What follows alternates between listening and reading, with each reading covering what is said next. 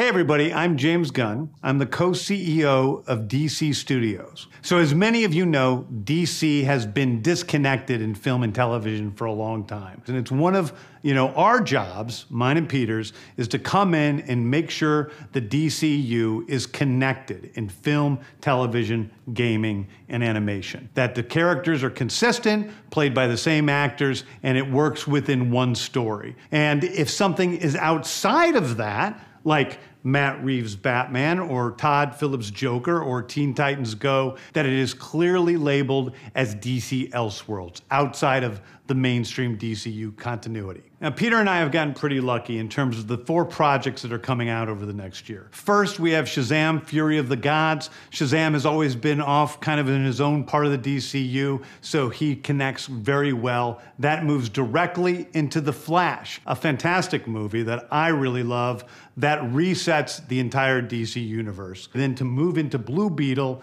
a fantastic film about a kid who's a marvelous part of the DCU, and then into Aquaman 2, which leads directly into our next few projects, which I'm going to tell you about now. So, Peter and I, along with a group of very talented writers, have started to map out an 8 to 10 year plan of what DC Studios will be in film, television, and gaming. This first chapter is called Gods and Monsters. Now this, what I'm about to tell you, is a part of the first chapter. It's not the entire first chapter. The first project is Creature Commandos. Creature Commandos is an animated series. I've written all the episodes. Something we're gonna do that's a little bit different at DC is we're gonna have characters move into animation, out of animation, usually having the same actor play their voice as who plays them in live action. The next project up is Waller. This is a story of Amanda Waller, played by Viola Davis.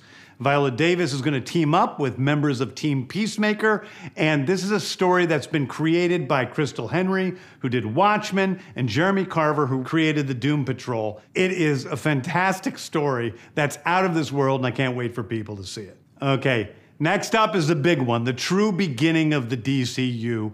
This is called Superman Legacy. This is being written by me. I'm in the middle of it. I'm having a great time doing it. And Superman will be released into theaters July 11th, 2025. Okay, the next thing is a big premiere HBO television series called Lanterns. This is a story of a couple of Green Lanterns, John Stewart and Hal Jordan, and we have a few other Lanterns peppered in there, but this is really a terrestrial-based TV show, which is almost like True Detective with a couple of Green Lanterns who are space cops watching over Precinct Earth. In it, they discover a terrifying mystery that ties into our larger story of the DCU. Next is a big movie called The Authority. The Authority is a passion project of mine. It's based on the marvelous Wildstorm characters we are now bringing into the DCU and will interact with all of our primary DCU characters. The Authority are a group of superheroes who think the world is broken and they want to fix it by any means necessary. I think it's a very different look at superheroes. We're doing a television series called Paradise Lost. Paradise Lost is the story of Paradise Island, usually known as Themyscira, which is the birthplace of Wonder Woman. It's almost like Game of Thrones with Westeros, but with all of the inhabitants of Paradise Island. The introduction of the DCU's Batman is The Brave and the Bold. The Brave and the Bold is the story of Batman and his actual son, Damian Wayne. This is based on Grant Morrison's great comic book run. Damian Wayne is my favorite Robin. He's a little assassin who Batman tries to get in line, and so this is the story of the two of them and the beginning of sort of the Bat family in the DCU. Next up is a TV series called Booster Gold. Booster Gold is one of comics' really popular cult heroes. He is a fascinating guy. He's a loser from the future who uses future technology to come back to present day and become a superhero so that people will love him. It is basically the superhero story of imposter syndrome on an HBO Max series. One of my favorite comic book series from last year was Tom King's run on Supergirl, Woman of Tomorrow. And so we're going to turn that into a big science fiction epic film. Now, Superman is a guy who was sent to Earth and raised by loving parents, whereas Supergirl in this story, she is a character who was raised on a chunk of Krypton. She watched everybody around her perish in some terrible way, so she's a much more jaded character. And that brings me to Swamp Thing, the last thing we're going to talk about, a very dark horror story in the origins of the monster who is Swamp Thing.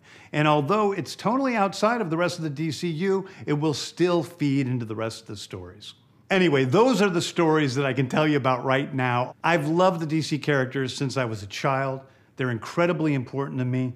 I knew that this was a once-in-a-lifetime opportunity to do something very different. One of the things that's very important for me in all of these movies and TV series is that the director's vision and the vision of the writers and all of the creators is unique and something special. Storytelling is always king. That's all that matters to us. And I want to be true to those stories. I want to be true to you guys and really give you something different than you've ever seen before. Anyway, thank you, everybody. I appreciate you watching. I hope this was exciting for you because it's really exciting for me. And I can't wait to start to dive into these stories with you guys on this grand adventure.